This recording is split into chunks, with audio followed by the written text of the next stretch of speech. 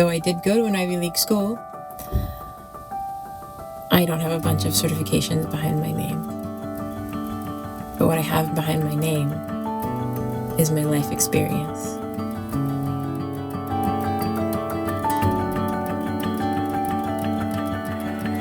So if I were in your shoes, I would probably be thinking something like, why should I listen to her? And the honest truth is, maybe you shouldn't. Maybe you shouldn't. What gives me credibility? Why would anyone want to listen to me? Sometimes I ask myself those own questions. I'm sure you can relate. I'm sure you are in a situation where sometimes you have been asked to be an expert or give your opinion, and you're like, I know nothing. So should you listen to me? Well, I don't know. That's totally up to you. But let me tell you this.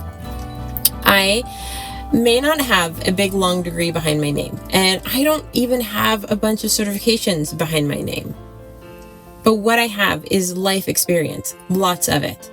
So let me just tell you a little bit about myself and maybe why you might want to listen to me or why you might not. It's your call.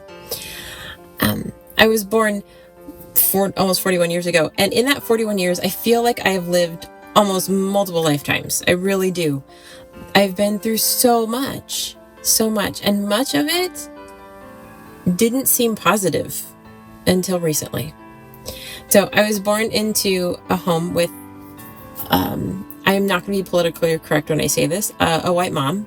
And about 18 months later came my white stepdad. As you can tell, I'm not really white. If you ask my family, everyone's a shade of brown, which is really sweet. But being born into that home, I was not really in an environment that was super loving and super accepting, and ultimately was a very neglectful, abusive environment as I got older. And I know what it's like to be afraid to go home. I know what it's like to be afraid to talk to people about what's going on at home. I know what it's like to wish you were someone else, living someone else's life.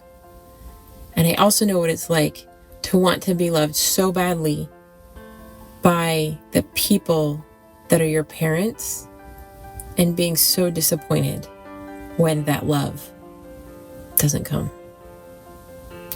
I know what it's like to want to know who my biological father is. I still do. I've made peace with it that I may never know who he is, but I still want to know. A little secret, which I guess once it's on YouTube, it won't really be a secret anymore. I used to think, in the mid 1980s, that Michael Jackson was my dad. He was the only person of color that I could identify with that looked something like me on any level.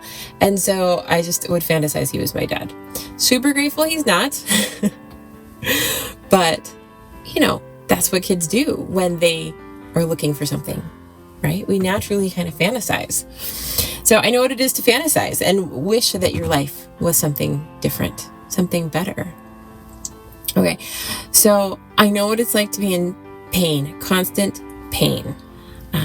I've experienced pain almost my entire life, and it wasn't until I was 16 I was finally diagnosed with something, fibromyalgia, which I feel is a garbage disorder, but that is a conversation for another day. And then I'm pretty sure I've already mentioned it.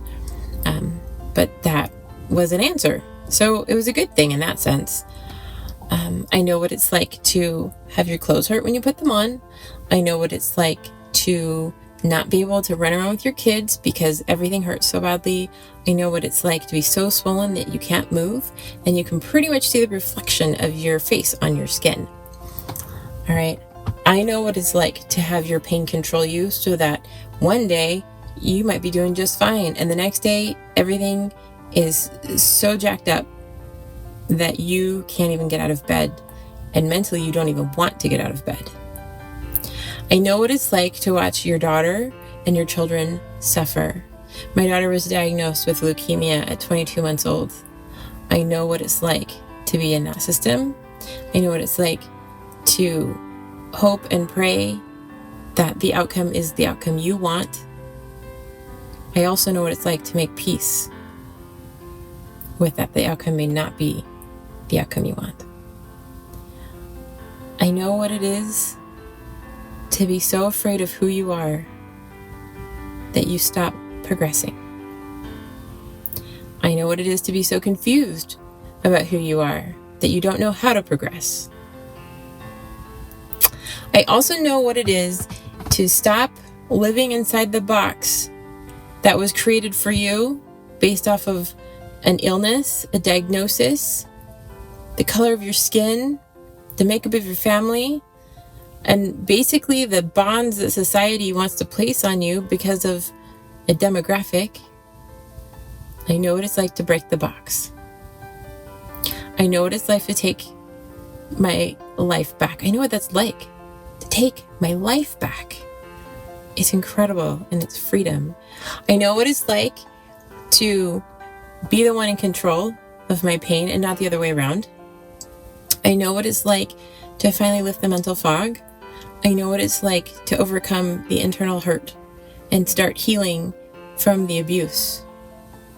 I know what it's like to finally look at your most painful memories straight in the face and acknowledge them for what they are and not the destructive truth you made them up to be. You shouldn't trust me. Really, you shouldn't. You should really gauge things for yourself. Look into your heart and into your mind. Pray if you believe in prayer. I do. And see if I'm worth trusting. See if you can feel the truth of my words, that I can relate and that I've been there.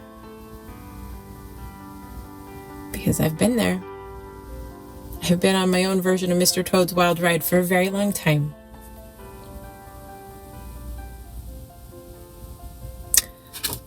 And I'm done. I'm ready to get off. And I'm ready to be in control as much as I can be. Because we can't be 100% in control. That's not how life works.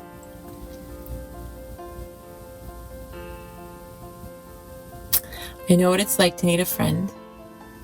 I know what it's like to need someone in your life that truly understands and not just says, oh, I understand because they're being polite. I know what it's like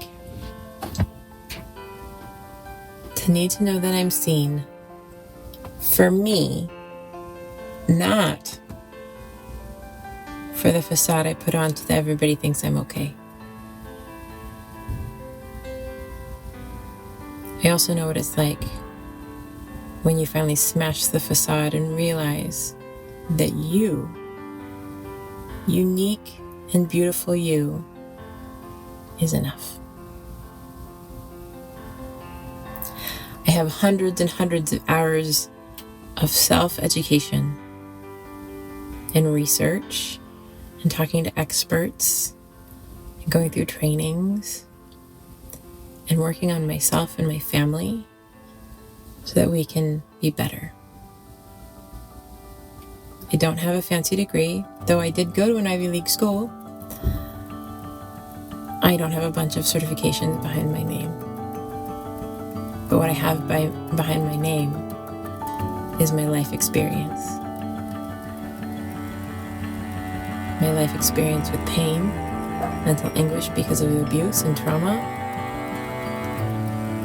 chronic pain because of an autoimmune disorder and a myriad of other things.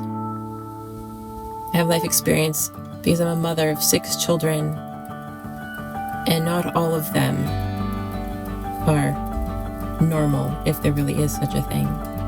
And some of them have seen incredible miracles in their life after incredible hardship. I know what it's like to want to discover who I am. And that's the journey I'm on. And that is the journey that I want you to be on. I want you to discover who you are. Not the pain you, not the mental anguish you, not the abused you, not the mother you, not the wife you, or if you're a guy, not the husband you or the father you.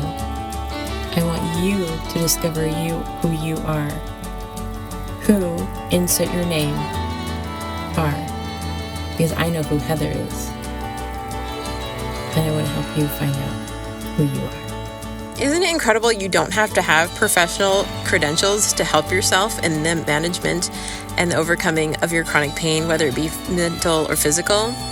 You can use resources that you already have or ones that you discover along the way.